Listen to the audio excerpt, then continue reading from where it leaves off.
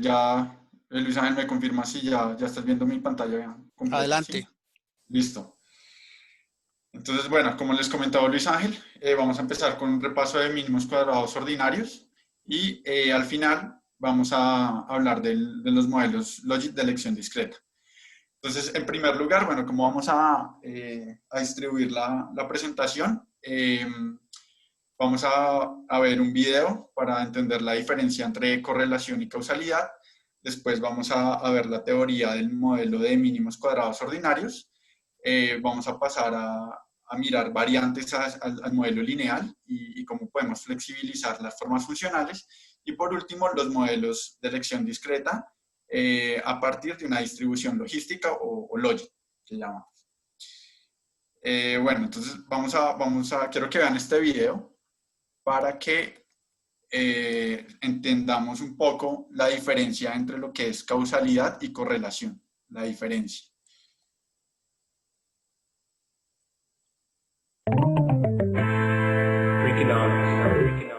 Well, hi there, boys and girls. This is Captain Kangaroo. Say, I'd like you to meet a friend of mine. So, you know, it's lots and lots of fun to have a pet that you can run and play and jump with, isn't it? But did you know that there are some boys and girls who can't run and jump and play? It's all because of a thing called polio. When I think of bad historical assumptions about correlation and causality, I think of polio 100 years ago, when it was this horrible mystery that it was, claiming a lot of lives, and it was really scary because it mostly struck children. And there was a strong line of research that suggested that ice cream caused polio, that ice cream consumption caused polio. Here comes Mr. Softy, the soft ice cream man. The creamy and soft ice cream you get from Mr. Softy. The reason that correlation was thought to be causal was that polio spiked in the summertime for reasons that really weren't very well understood, but it did. And ice cream sales spiked during the summertime. So these researchers had seen that whenever there was a lot of ice cream being sold and consumed, there was a lot more polio. And so there was really literally the beginnings of this kind of ice cream persecution to try to stomp out polio. And it sounds ridiculous, but you see it all the time now, people trying to fight against or build up something that they're sure is connected to something else, in which it turns out just isn't.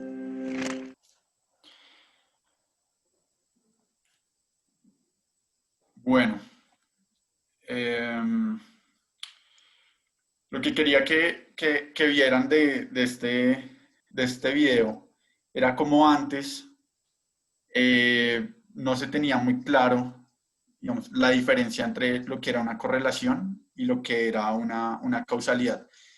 Y entender esta diferencia es muy importante para temas de políticas, del diseño de políticas, porque en la medida que uno identifique o diferencie lo que es una correlación de una causalidad, uno puede atacar un problema de una manera más directa, ¿sí? Por ejemplo, en este caso, que creían que el polio era causado por los helados y no realmente por el verano, por la época de verano, entonces esto podía inducir a un mal diseño de política pública en la cual se restringiera la venta de helados, pero no se hiciera nada con respecto al problema, a la causa del polio, que era pues, las condiciones del verano. Entonces, esto es muy importante porque cuando uno plantea un modelo de regresión, lo que uno quiere hacer es estudiar la dependencia de una variable, que llamamos variable explicada, a partir de una o más variables, que llamamos variables explicativas, ¿sí? Este análisis de regresión se basa en un concepto matemático de función, ¿sí? En la medida que la variable dependiente es una función de variables explicativas, ¿sí? Entonces, digamos, con el ejemplo del polio, se quería estudiar la incidencia de la enfermedad a partir de ciertas, digamos, como ciertas condiciones climáticas, ¿sí? Bueno, entonces así el objetivo es llegar a una estimación de unos parámetros de una función y con esta estimación poder llegar a una predicción, ¿sí? Y pues como es una predicción, está sujeta a errores. Entonces, ¿cómo se calcula? Sí, el método de estimación más usado pues, en la econometría frecuentista es el de mínimos cuadrados ordinarios, que vamos a ver a continuación. Hay otros métodos que se llaman, por ejemplo, el método de máxima verosimilitud, que se usa para estimar, también se puede estimar los betas de un modelo lineal, pero este es más usado para modelos logísticos, como es el que vamos a ver en la parte final de la clase. Y hay otro método que es el método de momentos, ¿sí? que se usa mucho en macroeconomía. Pero bueno, volviendo al modelo de regresión simple por el método de mínimos cuadrados ordinarios, ¿no? Entonces, ¿qué consiste este método? Nosotros tenemos un modelo de regresión poblacional.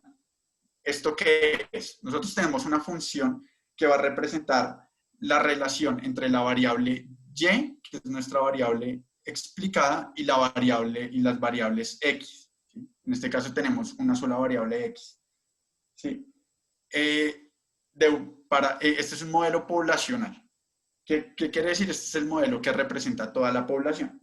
Sin embargo, como es costoso y casi imposible lograr recoger información de toda la población de análisis, nosotros vamos a trabajar con una muestra. Entonces nosotros planteamos un modelo muestral que se intenta aproximar al modelo poblacional, ¿sí? Lo que se quiere es que el modelo muestral sea una representación lo más perfecta de ese modelo poblacional. Y para esto el investigador tiene que argumentar que es un modelo muestral, cumple con todos los supuestos que vamos a ver a continuación, en los que se basa el modelo de regresión lineal. Estos modelos estos supuestos son conocidos como los supuestos del modelo de Gauss-Markov, ¿sí? Y aquí noten que nuestra variable x y nuestra variable y son variables aleatorias. Y por ley de los grandes números, siguen una distribución normal, ¿sí? Entonces, pues como nuestros estimadores se calculan a partir de variables aleatorias, nuestros estimadores beta 1 y beta gorro, beta 1 gorro y beta 0 gorro, también se van a distribuir de forma normal, ¿sí? Bueno, ¿qué información tenemos? Nosotros tenemos una base de datos para aproximarnos a este modelo, con una variable y y una variable x sub i. Por ejemplo, hagan de cuenta que y es el salario y xy son los años de educación de una persona. Entonces, nuestro modelo quiere explicar el salario de las personas a partir de sus años de educación, ¿sí? Esto es lo mismo que calcular el valor esperado del salario, dados los años de educación de la persona, ¿sí? Entonces, lo que nosotros queremos saber es esto, el valor esperado de nuestra variable y, dado una variable xy. Y esto vamos a llamar y gorro o y estimado. Bueno, para calcular los estimadores por mínimos cuadrados ordinarios, lo que se hace es resolver un problema de minimización de la función del error. ¿Qué es la función del error? Es la función de lo que yo observo menos lo que yo he modelado, ¿sí? Que es el beta 0 menos el beta 1 por mi variable independiente, ¿sí? Cuando tenemos un modelo de una sola variable, aquí solo tenemos x, y podemos derivar la función y hacer esta función de error, la podemos derivar y hacer álgebra sencilla, y con esto llegar a los resultados para beta 1 y beta 0. Entonces tenemos que beta 1 es igual a la sumatoria de el xy menos x barra por y menos y barra. Esto dividido en la sumatoria de xy menos x barra al cuadrado. Noten que esta fórmula es lo mismo que la covarianza entre x y y dividido entre la varianza de x. Y el beta 0, que es la constante, está en función de el y barra y del x barra y también del beta 1, que ya estimamos, que es el estimador de la pendiente. Bueno, cuando tenemos, digamos que la aproximación algebraica es sencilla cuando solo tenemos una variable independiente. Sin embargo, cuando tenemos un modelo de regresión Un momento, voy a ver aquí, que parece que me están hablando en el chat. Yo me encargo del Bueno, chat, ¿sí? tranquilo. Ah, ok, dale. Listo. Bueno, ¿qué pasa? Cuando tenemos un modelo de regresión múltiple, es decir, tenemos varias variables independientes, pues la solución algebraica es bastante engorrosa. Entonces, en general, uno puede derivar los estimadores a partir de álgebra de matrices, ¿sí? Y podemos ver cada variable como un vector, ¿sí? Y el conjunto de variables independientes la podemos ver como la matriz X. Bueno, aquí hay que tener en cuenta que para que el modelo sea estimable y poder llegar a una solución matricial, tenemos que tener más observaciones que variables en el modelo, ¿sí? Esto es lo que se denomina los grados de libertad del modelo, que es igual a n, que es el número de observaciones que tenemos en cada variable, menos k, que k es el número de variables, incluida la constante. Bueno, así entonces, pues haciendo álgebra de matrices, de manera análoga a lo que hacíamos con el álgebra de la ecuación, llegamos a la solución para el beta, en el cual el beta estimado es igual a la matriz X transpuesta multiplicada por la matriz X. Esa matriz le sacamos la inversa y la multiplicamos por X transpuesta y por el vector de Y, por la variable Y, que es un vector. Bueno, y esto nos da los resultados de los betas. Esto nos da un vector de betas para cada una de las variables independientes. Ahora, ¿cómo medimos el ajuste o qué tan bueno es nuestro modelo? Aquí hay un indicador que se llama el R cuadrado. El R cuadrado no es más que, pues, es una medida de bondad de ajuste que me dice mi modelo, ¿qué tan bueno es respecto a un modelo en el cual yo simplemente use el promedio de las Y? Recuerden que aquí lo que queremos es estimar las Y, es el valor esperado de la Y a partir de unas variables X, ¿sí?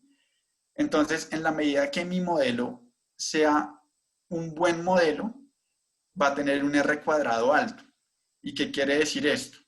Que en la medida que mi R cuadrado sea alto, quiere decir que mi modelo está logrando explicar mejor, bueno, a partir de unas variables observadas X, están logrando explicar mejor mi variable dependiente Y, mejor que si yo hubiera decidido estimar la variable Y a partir del promedio de esta variable Y, ¿sí?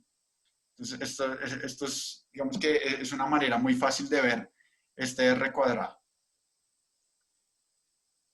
Ahora, como mencionaba antes, para que el modelo de regresión sea válido, uno tiene que, una vez uno presenta los resultados, corre la regresión, estima los betas, uno tiene que argumentar que todos los supuestos de validez de ese modelo se cumplen. En la medida que no se cumple alguno de estos supuestos, el modelo empieza a tener problemas, ¿sí? Y empieza bueno, a no ser válido la inferencia que uno haga sobre los resultados de este modelo.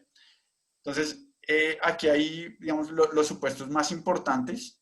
En general pueden ser como 10, 11 modelos que se derivan de estos que son los modelos, los supuestos principales. El primer supuesto, que realmente en la literatura muchas veces no lo consideran como un supuesto, sino como una consecuencia a partir de la ley de los grandes números, es que la distribución de los errores es normal, ¿sí? O pues tengo suficientes observaciones para asumir que el error se distribuye de forma normal. El segundo supuesto es la homocedasticidad. Esto que suena bastante raro, quiere decir que mi error, el término del error condicionado a las X, tiene varianza constante. ¿Sí? ¿Qué quiere decir que tenga varianza constante? una manera fácil de entender esto es que mis observaciones no tienen ninguna, digamos, como influencia de la manera como esté organizada la base de datos, ¿sí? Esto se puede ver de forma más gráfica y más adelante lo podemos ver, que yo creo que la manera gráfica es la mejor manera de entender el tema de homocedasticidad, ¿sí? El tercer supuesto es que mi modelo está especificado correctamente. Es decir, aquí cuando uno plantea un modelo de regresión lineal, uno ex ante ya sabe la forma funcional y ya sabe las variables que van a explicar la Y. Uno como argumenta que el modelo esté bien especificado a partir de la teoría económica, o en este caso, pues, la teoría de transporte, ¿sí? El cuarto supuesto es que no existe autocorrelación del error. Esto es cuando se tienen series de tiempo. Cuando yo tengo un dato repetido por mucho tiempo, ¿sí? Generalmente los modelos que corremos son de corte transversal, es decir, en un momento del tiempo yo tomo una muestra de las personas de una población y sobre esa muestra corro un modelo estático. Hay unos modelos que son los de series de tiempo que se usan más que todo en macroeconomía para estudiar el crecimiento de los países a lo largo del tiempo, por ejemplo, cualquier otra variable macro. Y entonces, cuando uno tiene un modelo de series de tiempo, un supuesto es que no existe autocorrelación. ¿Qué quiere decir esto? Que mi observación de hoy no depende de la observación de un periodo antes o de periodos anteriores. Esto es un supuesto fuerte y generalmente no se cumple, pero hay metodologías para, digamos, como eliminar esa autocorrelación y así, digamos, como poder llegar digamos, como a la validez de este supuesto. El siguiente supuesto es que las variables independientes son linealmente independientes. ¿Qué quiere decir esto? Que mi variable independiente no está correlacionada fuertemente con otra variable independiente, ¿sí? Cuando yo tengo que una variable independiente está correlacionada o es función lineal de otra variable independiente, hay multicolinealidad perfecta y el modelo no es estimable. Entonces, cuando uno tiene, digamos, esos casos y uno lo mete en un software como R o como Stata y corre el modelo, lo que hace el software es, como ve que hay colinealidad perfecta, elimina una variable para que el modelo se pueda estimar. Pero, digamos, como en presencia de multicolinealidad, el modelo no es estimable. El último supuesto, y a mi juicio es el que es el más importante, es el de exogeneidad, que es que el valor esperado del error dadas las X es 0. ¿Qué significa esto? Que mi variable independiente X no tiene relación con cualquier otra variable que esté dentro del término del error, ¿sí? Yo al principio de la presentación les dije que lo que uno quiere es que el modelo muestral sea lo más parecido o se acerque a mi modelo poblacional. Cuando se incumple este supuesto, automáticamente mi modelo muestral no es una representación de mi modelo poblacional y automáticamente cualquier inferencia que yo haga sobre mis estimadores se invalida. Entonces, por esto, este supuesto de exogeneidad es el supuesto que a mi juicio es el principal. O sea, uno siempre tiene que sostener que el modelo es exógeno, que mis variables independientes X no están correlacionadas con cualquier otra variable que pueda estar incluida dentro del término del error.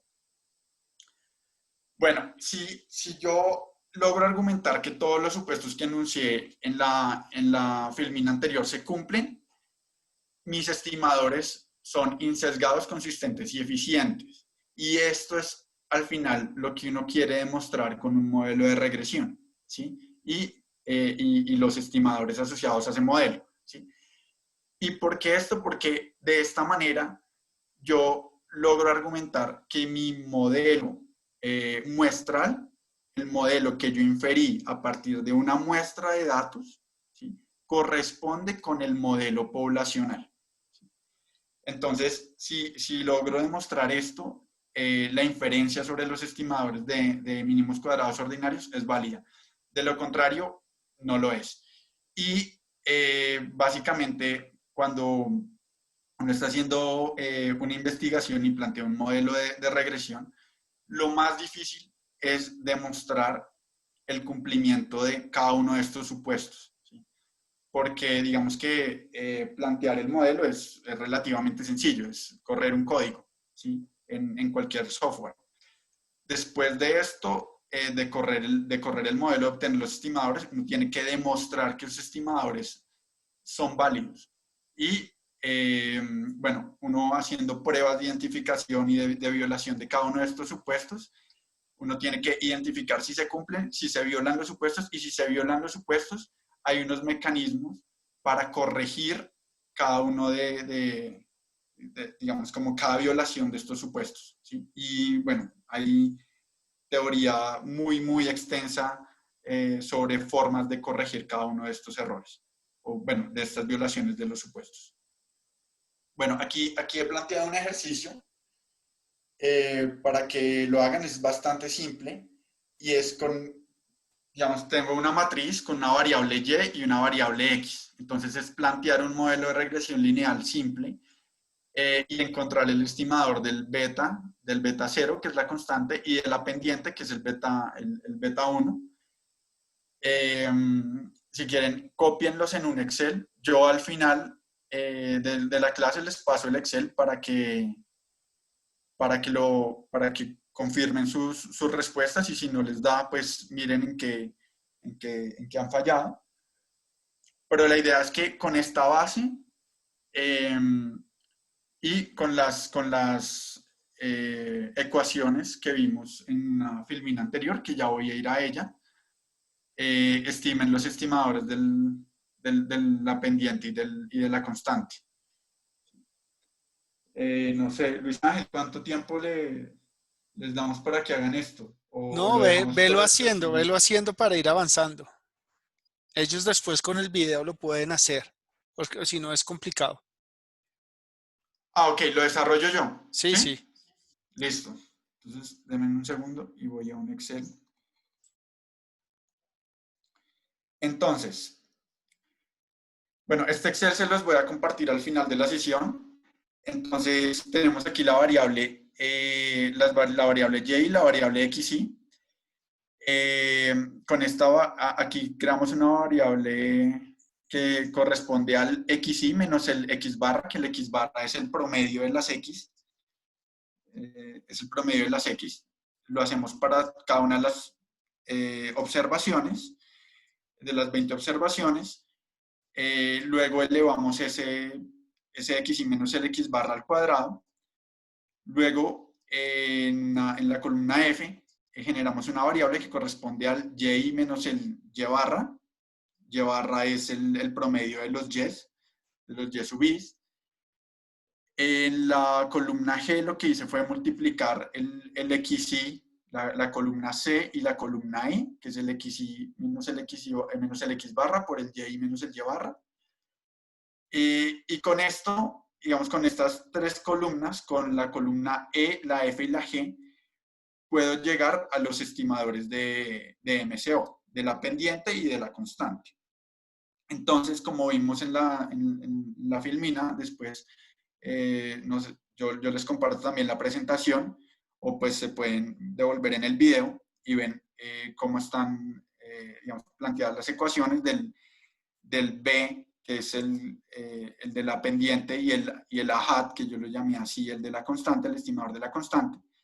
Entonces, esto no es más que, como vimos, la covarianza de x y y sobre la varianza de x, que aquí con estas fórmulas es la sumatoria de la columna G sobre la sumatoria de la columna E.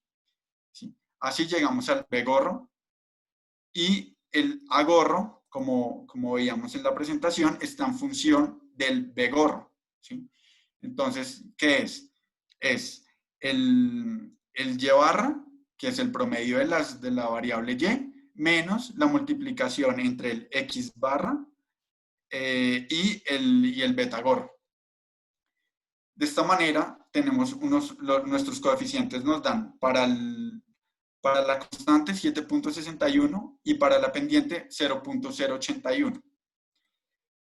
Aquí vamos a mirar que, bueno, vamos a sacar el y predicho. ¿El y predicho qué es? Pues es reemplazar en una función lineal, que es la constante, que es a hat, aquí la vemos, a hat, por más la pendiente, que es b hat, por el x observado, que es en este caso 150. Así para cada una de las 20 observaciones. Y esto es lo que llamamos los predichos. La columna H es la columna de predichos. Y después vamos a analizar cómo es el comportamiento del error. ¿Y qué es el error? Nosotros definimos el error que es el observado menos el predicho. Y entonces en este primer caso vemos que pues, el error es negativo, el segundo es positivo, no importa.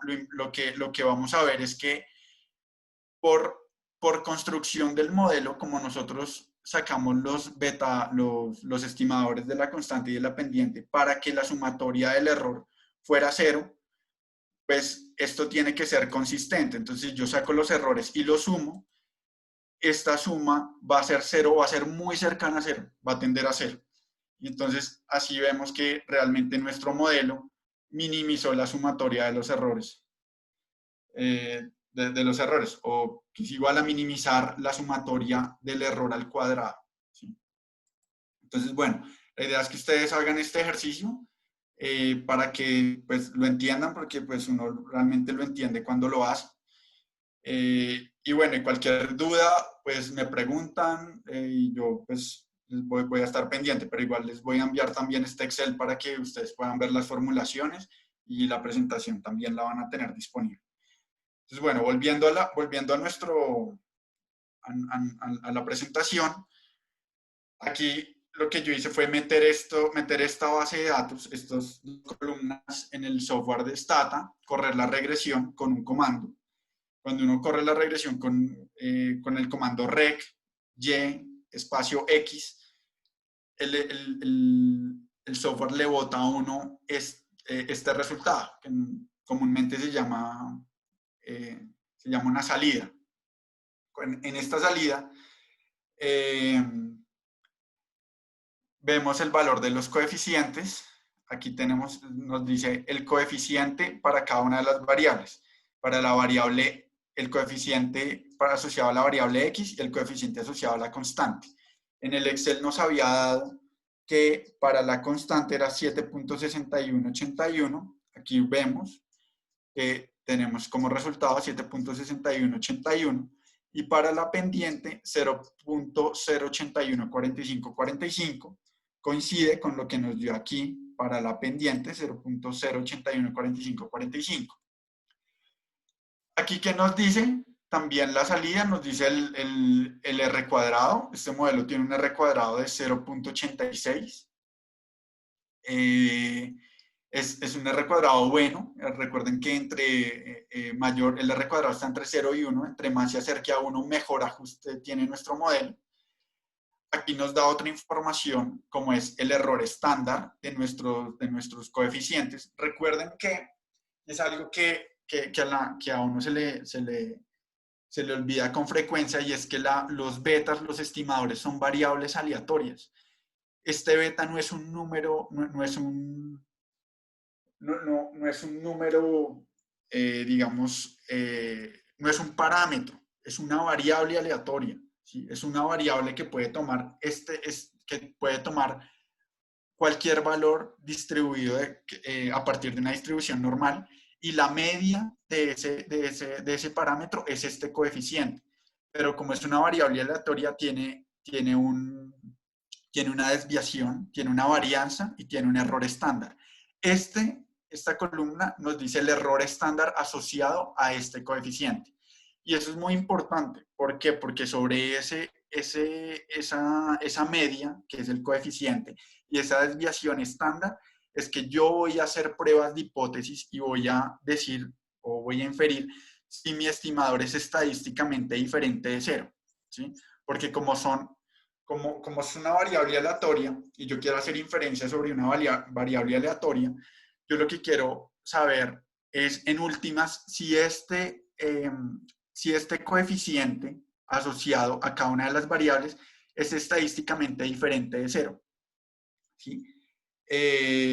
Bueno, más adelante con un ejemplo, con un segundo ejercicio,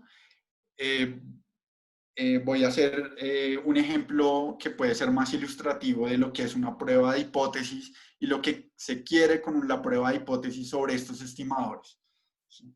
Pero bueno, por el momento pues voy a seguir con la presentación y más adelante, y bueno, si tienen dudas, pues después revisamos con más detalle. Bueno, hasta ahora lo que hemos visto es, digamos, como un modelo de forma lineal. Sin embargo, por el método de mínimos cuadrados ordinarios, uno puede flexibilizar la forma funcional y trabajar con forma cuadrática, con cúbica o logarítmica.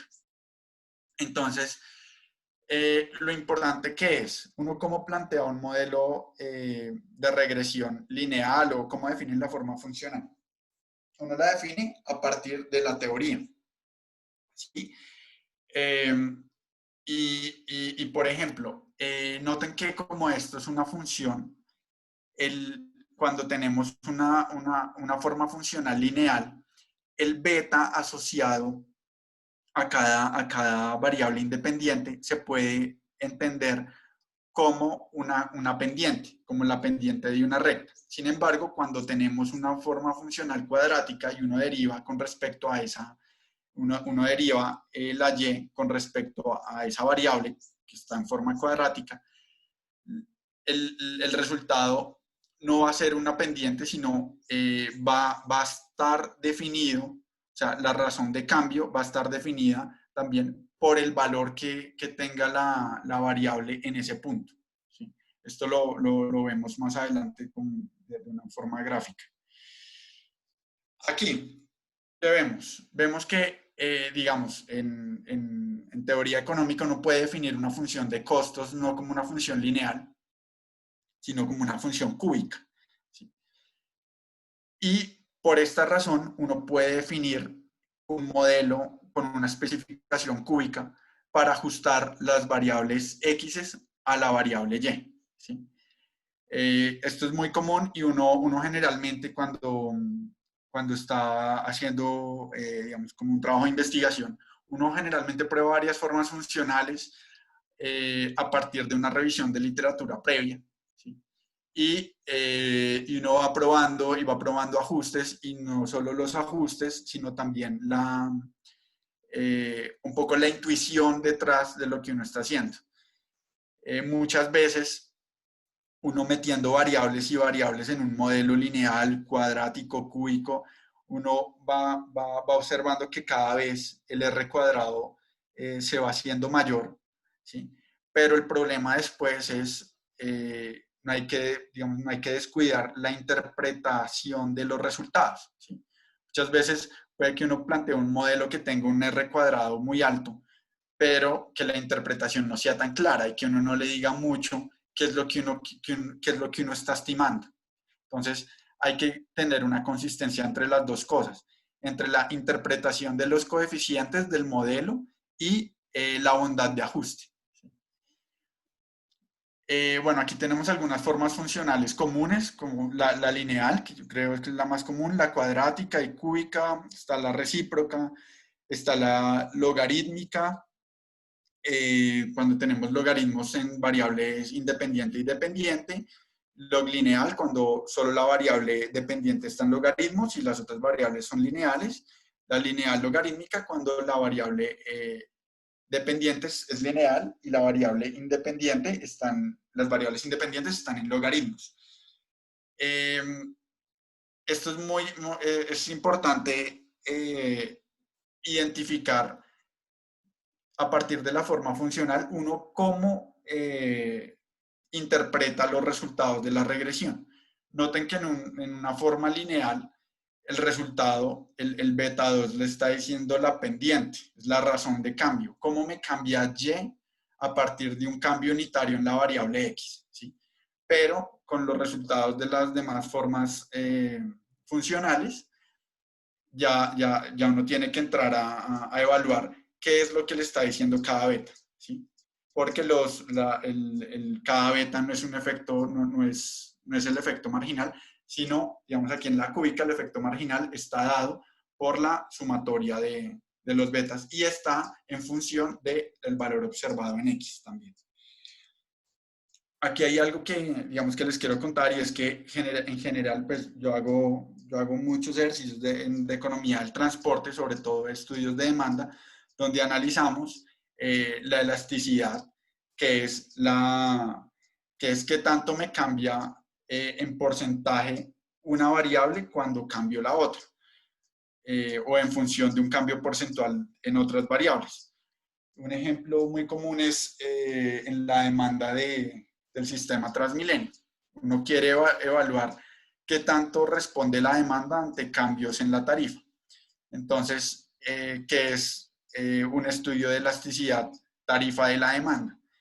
Cuando uno cuando uno quiere aproximarse a evaluar estos efectos de qué tanto me cambia la demanda en términos porcentuales cuando cambio el precio en una unidad porcentual, el modelo que yo especifico es un modelo en logaritmos, ¿sí?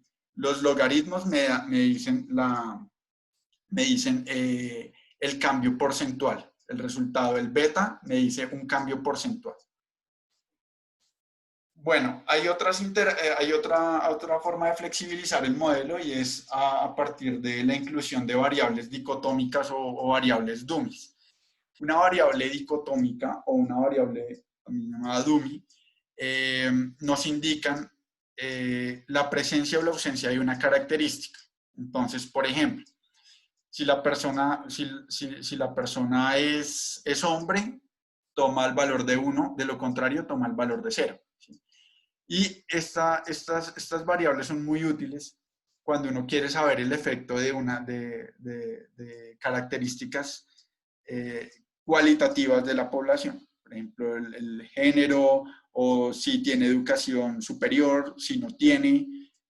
Sí, son variables que se asumen categóricas, más no continuas. Entonces, ¿cuál es el objetivo de lograr una especificación con una variable dummy? Es que uno puede capturar el efecto promedio de una característica de la población sobre la variable de análisis, que es nuestra variable Y. Uno, a partir de la teoría, puede incluir esta variable solita en el modelo, o la puede interactuar con una variable continua. ¿Sí? Aquí, por ejemplo, tenemos un modelo donde teníamos el modelo que ya hemos visto con una variable continua X, y le incluimos la variable dicotómica D sub I, ¿sí? Y el coeficiente beta 2 está asociado a esta variable.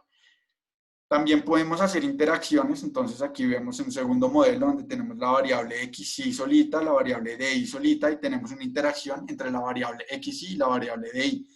Esto no es más sino multiplicar la variable XY por la variable dicotómica y generar una nueva variable que es igual a la multiplicación de estas dos, y correr un modelo. Es igual a lo que ya habíamos visto.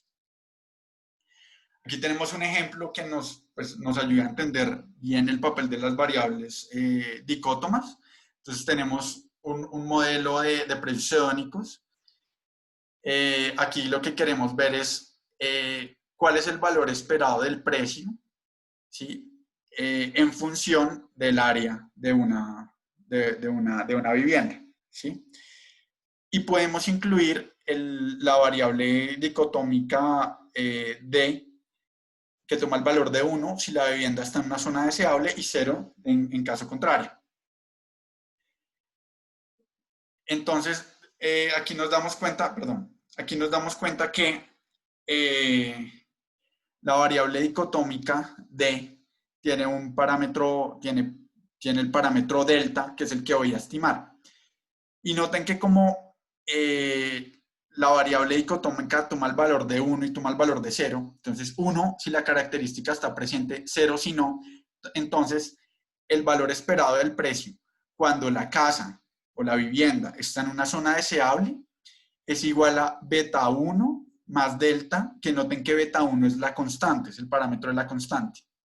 Entonces, beta 1 más delta más beta 2 por el área de la vivienda. Si la vivienda no está está en una zona que no es deseable, pues el efecto del valor esperado del precio será beta 1 más beta 2 por el área.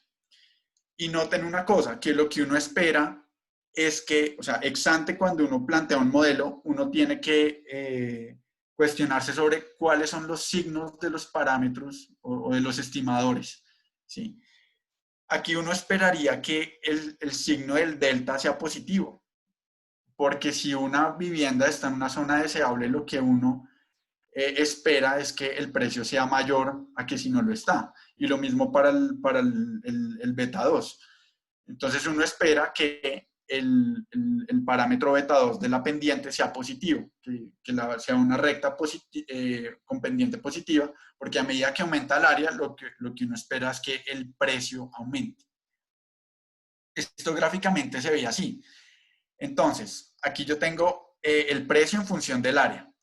Entonces, como esperamos, hay una relación positiva entre área y precio, y la variable dicotómica lo que nos está haciendo es subir el intercepto. Y fíjense que son dos líneas paralelas, ¿sí? Entonces, esto, como les dije, la especificación de la forma funcional sale de una revisión de literatura, de lo que plantea la teoría. Ahora, uno también puede pensar que la variable Dummy, de si la vivienda está en una zona deseada o no, tiene también injerencia sobre el área, ¿sí? O sea, ¿qué quiere decir esto? Que a medida que aumente el área de una propiedad, es diferente, el efecto sobre precio es diferente si está en una zona deseable a si está en una zona no deseable, ¿sí? Entonces, hagan de cuenta, un ejemplo puede ser, por ejemplo, aquí en Bogotá, una casa en el barrio, no sé, en Rosales, Chicó, a medida que aumenta el área, este aumento, el efecto del aumento del área sobre el precio en el sector de Chicó o Rosales es diferente que el aumento del área en un sector en la periferia al sur de la ciudad, ¿sí? Entonces, lo que uno espera es que en el efecto del área sobre el precio sea mayor en la zona deseable. Cuando digamos como uno tiene como esa teoría y uno quiere aproximarse, uno puede plantear un modelo de esta forma con una interacción entre la variable Dummy categórica y la variable de área, ¿sí? Y noten que aquí el valor esperado sobre el precio cuando la vivienda está en una zona deseada es beta 1, que es la constante, más beta 2 más gamma, ¿sí? Porque pues aquí uno puede factorizar y saca que el efecto del área sobre el precio de una zona en una zona deseable es beta 2 más gamma. Cuando está en una zona no deseable, simplemente beta 1 más beta 2. Bueno, esto gráficamente, ¿cómo lo vemos? Cuando tenemos la interacción, lo que hacemos es afectar la pendiente, ¿sí? Vemos que beta 2 es solo el coeficiente cuando la vivienda está en una zona no deseable, pero a medida que cuando la vivienda, la casa está en una zona deseable, el efecto del área sobre el precio es mayor, ¿sí? Y en la pendiente ya no es beta 2, sino es beta 2 más un gamma, que uno espera que el gamma sea positivo, o sea, que tenga mayor pendiente.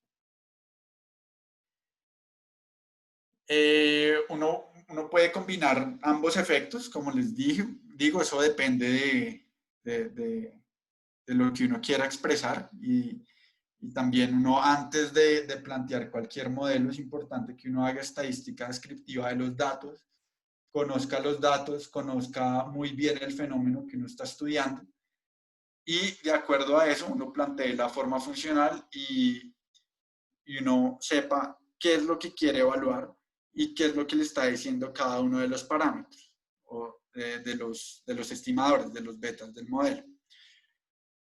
Bueno, de esta manera pues uno define la forma funcional y si quiere poner la dummy interactuada, si la quiere poner sola o si no hace falta poner una dummy. Aquí como vemos se puso la dummy solo de intercepto y se puso la dummy también de intercepto más la de la pendiente.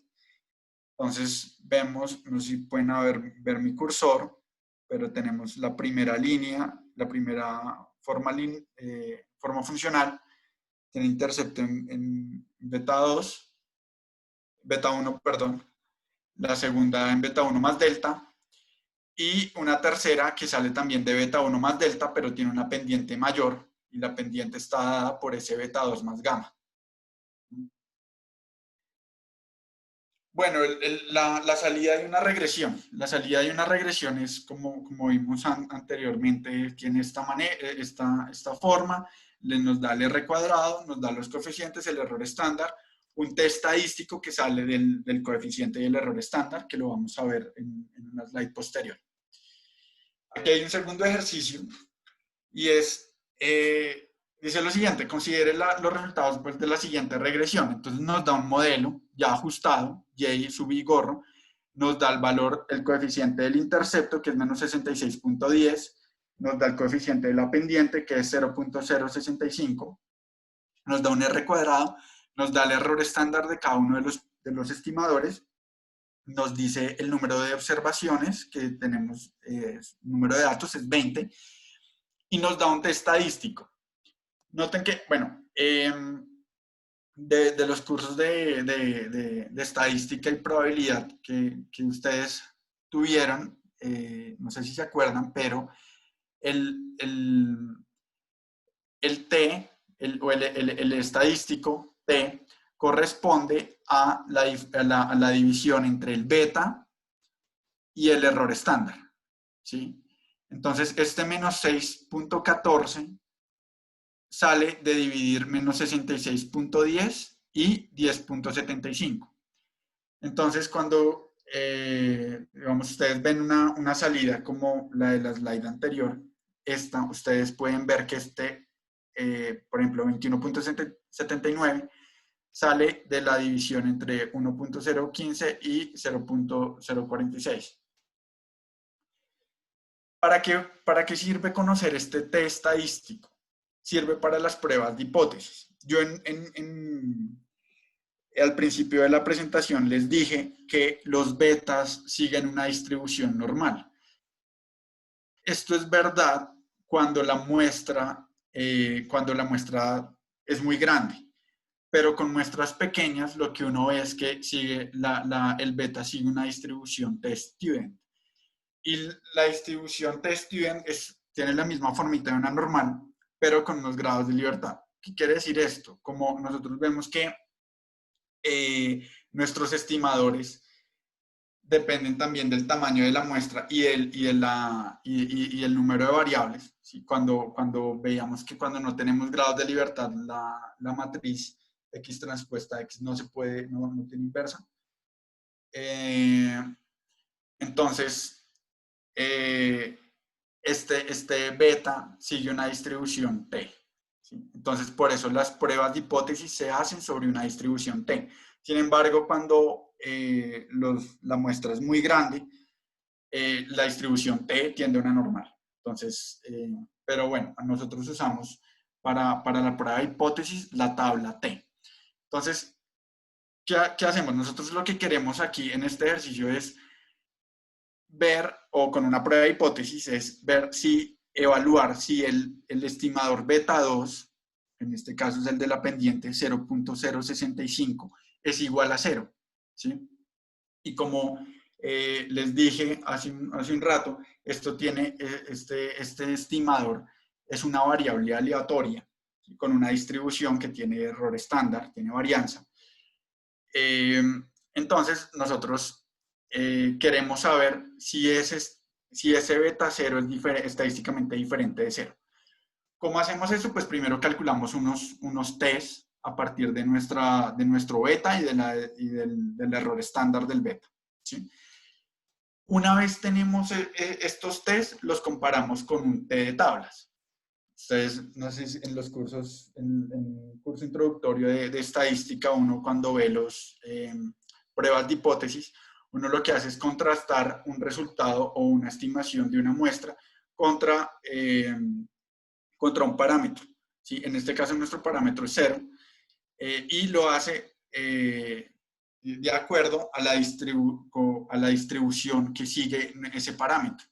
Entonces uno va y busca aquí una tabla T, ¿sí? Esto lo pueden encontrar en internet muy fácil, en los libros de estadística, la tabla de la distribución T. Y la tabla de la distribución T tiene un alfa que nos dice la confianza estadística a la cual uno quiere hacer una prueba de hipótesis, y nos dice los grados de libertad. Los grados de libertad es n menos k. En nuestro caso, n es 20, tenemos 20 observaciones, k es 2, tenemos dos variables explicativas que son el x y la constante. La constante se mete dentro del k. O hay unos libros que k no tiene en cuenta esta constante, pero sin embargo en los grados de libertad es n menos k menos 1, ¿sí? Pero da lo mismo.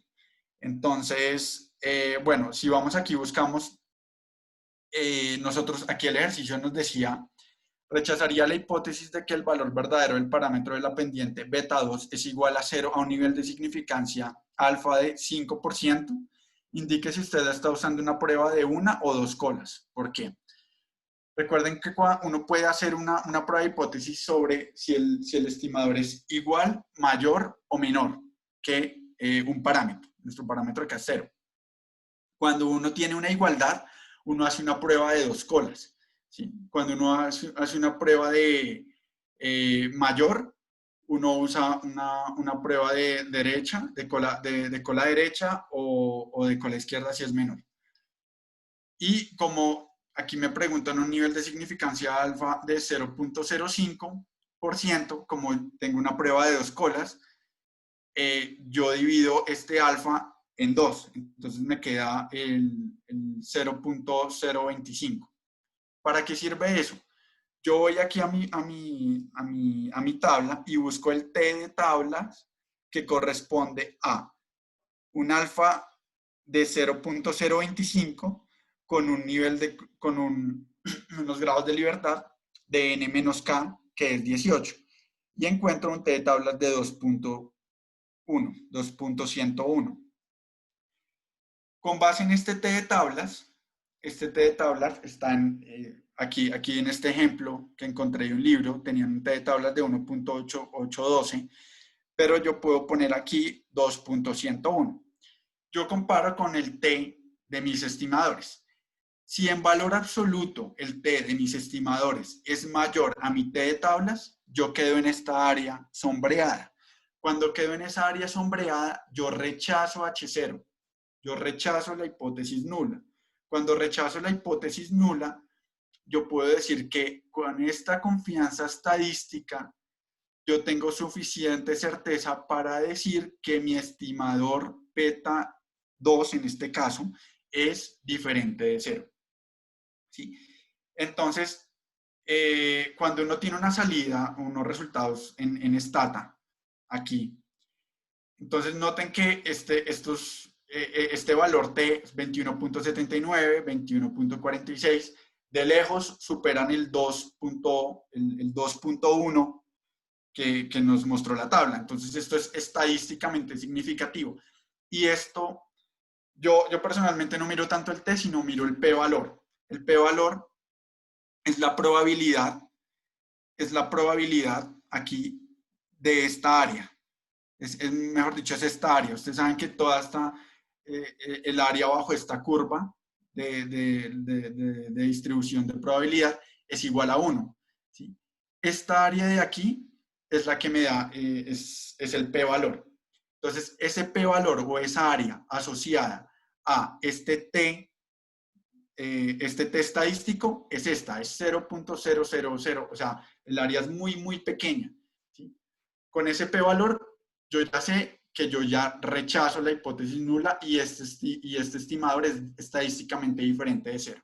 Entonces, yo casi que no miro el t, yo siempre miro es el p-valor.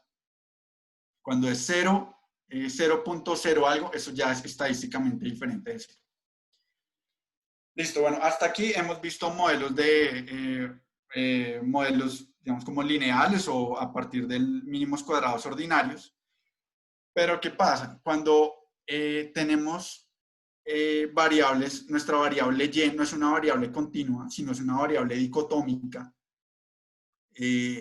Nuestra variable que queremos explicar es una variable que toma el valor de 0 y 1. Carlos, tenemos 20 minutos y nos falta la parte de Logit. No, está perfecto. Está perfecto. Vamos okay. bien. Sí.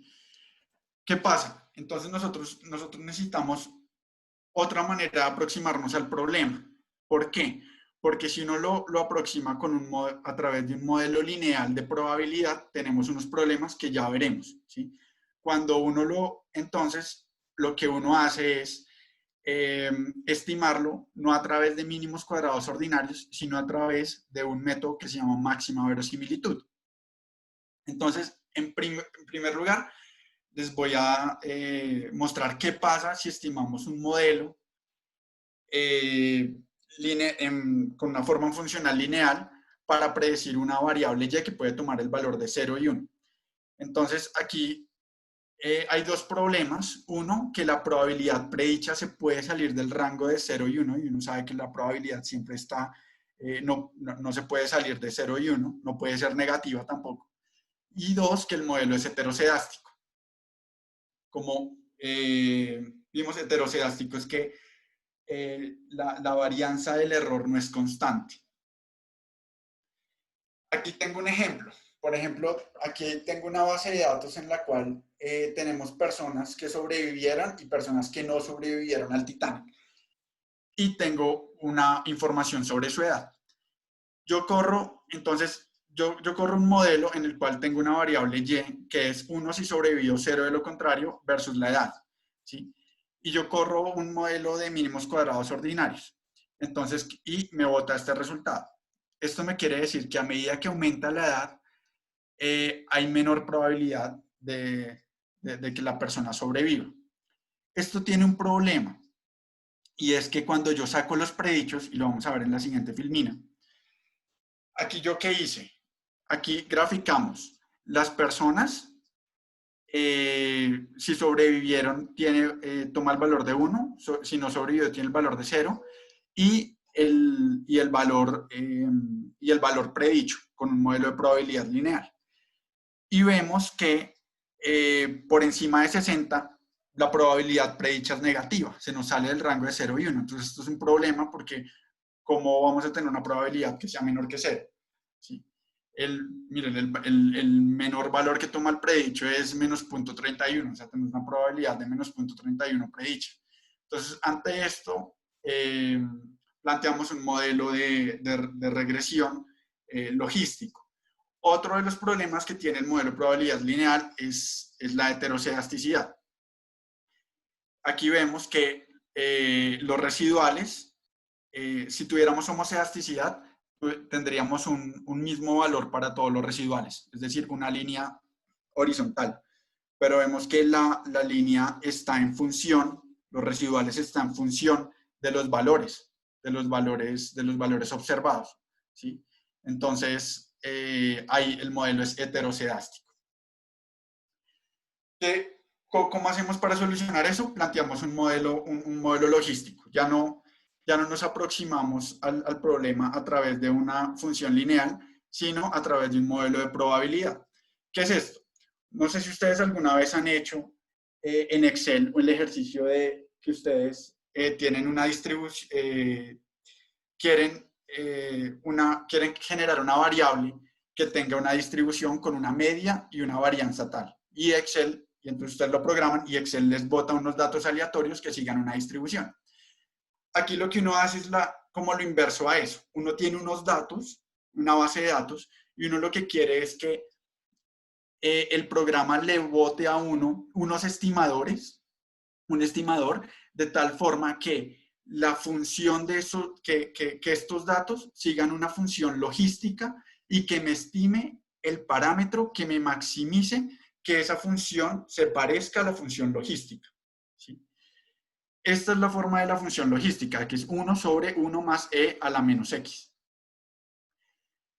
Entonces, la ventaja de esta función logística es que se parece muchísimo a la normal, ¿sí? Entonces, por eso, ¿y qué pasa? Cuando uno también lo puede estimar con una función normal, sin embargo, el álgebra es más complicada y es lo que se llama el modelo Probit. Cuando uno asume que los errores del modelo siguen una distribución normal, uno lo estima con base en un Probit. Cuando uno asume que se distribuyen de manera logística, lo hace con un Logit. En general, en los cursos a uno le enseñan la estimación a partir del Logit, porque con esa estimación uno puede sacar los estimadores o uno puede hacer la derivación algebraica a mano, ¿sí? Con el Probit uno tiene que simularla. Entonces, bueno, ¿uno qué hace? Uno plantea un modelo de regresión en el cual uno tiene la probabilidad de que la variable y sea igual a 1, dada unas x, y esta probabilidad sigue una forma logística, se distribuye de forma logística, y la función de distribución es de esta manera, 1 sobre 1 más epsilon a la menos, y uno plantea estos estimadores, que son los que uno quiere encontrar. Uno hace un poco de álgebra y puede llegar a la expresión que tenemos abajo, y es que el logaritmo natural de la probabilidad de que y sea 1 sobre la probabilidad que y sea 0 es igual al beta 0 más beta 1 por x más epsilon. Y bueno, quitando el logaritmo, podemos llegar a que la tasa de las probabilidades es igual a epsilon elevado a estos betas. Entonces, que cuando este resultado es igual a 1, significa que la probabilidad de ambos es igual, ¿sí? Entonces, es 0.5 la de ambos, ¿sí? Entonces, la probabilidad estimada de que y sea 1 y de que y sea 0 es igual, ¿sí?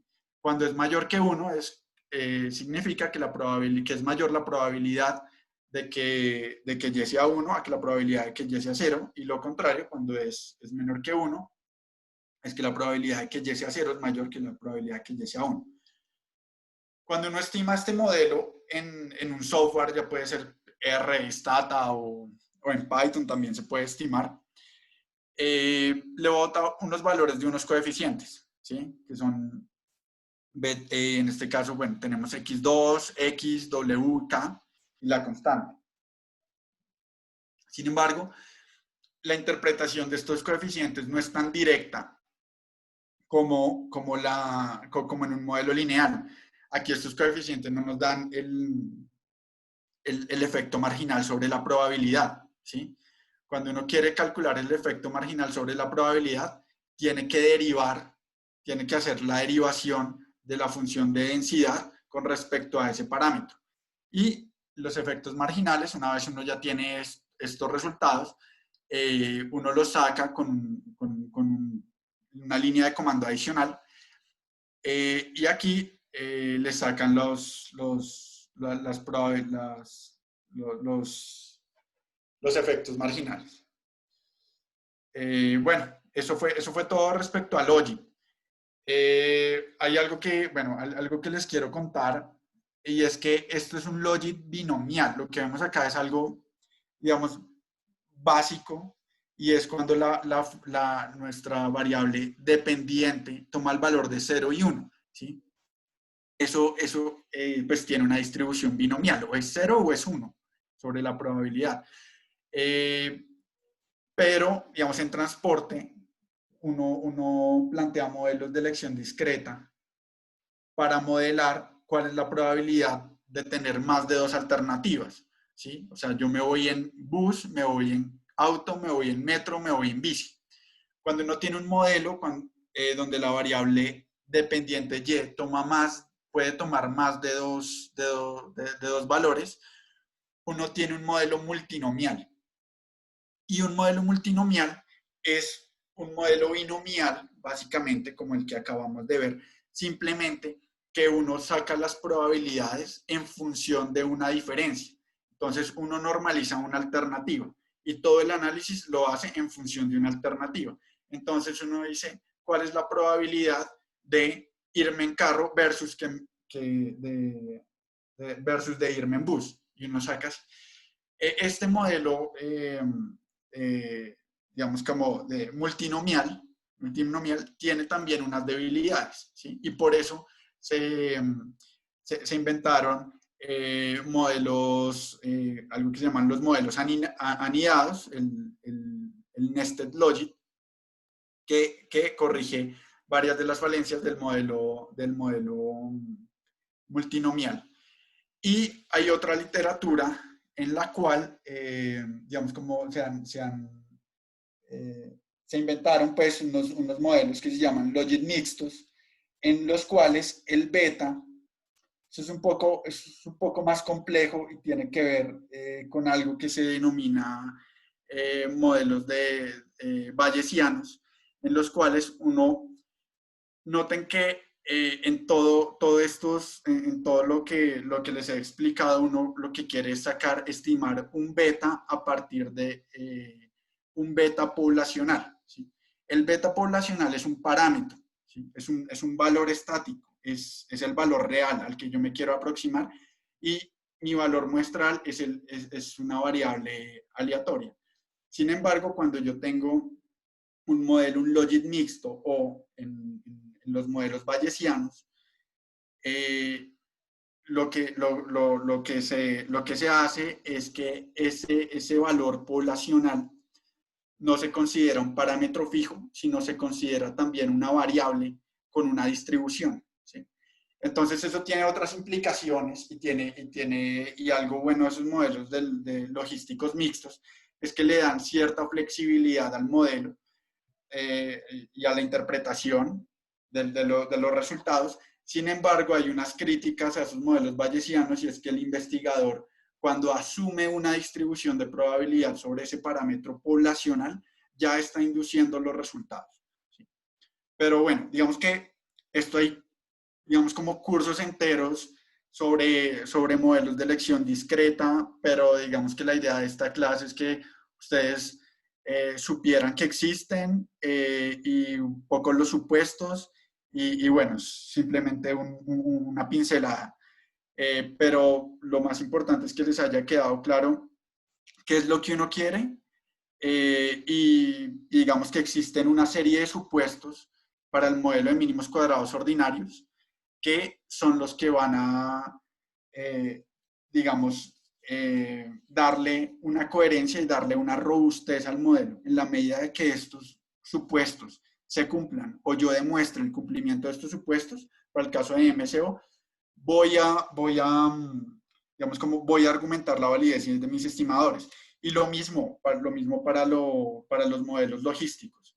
En la medida que hay un supuesto muy importante que quizá no se los mencioné al principio de los modelos logísticos, y es que uno asume que todas las observaciones son independientes.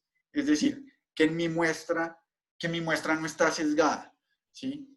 ¿Y qué pasa? Si yo logro, o más bien, si alguien logra demostrar que mi muestra no está distribuida, lo que se llama IID, que es independiente e idénticamente distribuida, entonces me invalida lo que yo he hecho, ¿sí? Entonces, lo más importante, más allá de calcular de correr el modelo en un software es uno preguntarse lo que uno está haciendo, por qué lo hace y si lo que uno está haciendo, digamos, como es coherente con los supuestos del modelo de regresión y de un modelo logístico. ¿Sí? Bueno, eso es básicamente lo que les quería comentar. Intenten estos 2 ejercicios, intenten hacerlos por su cuenta. Si tienen alguna duda, yo igual estoy muy pendiente y bueno, les ayudo en lo que necesiten.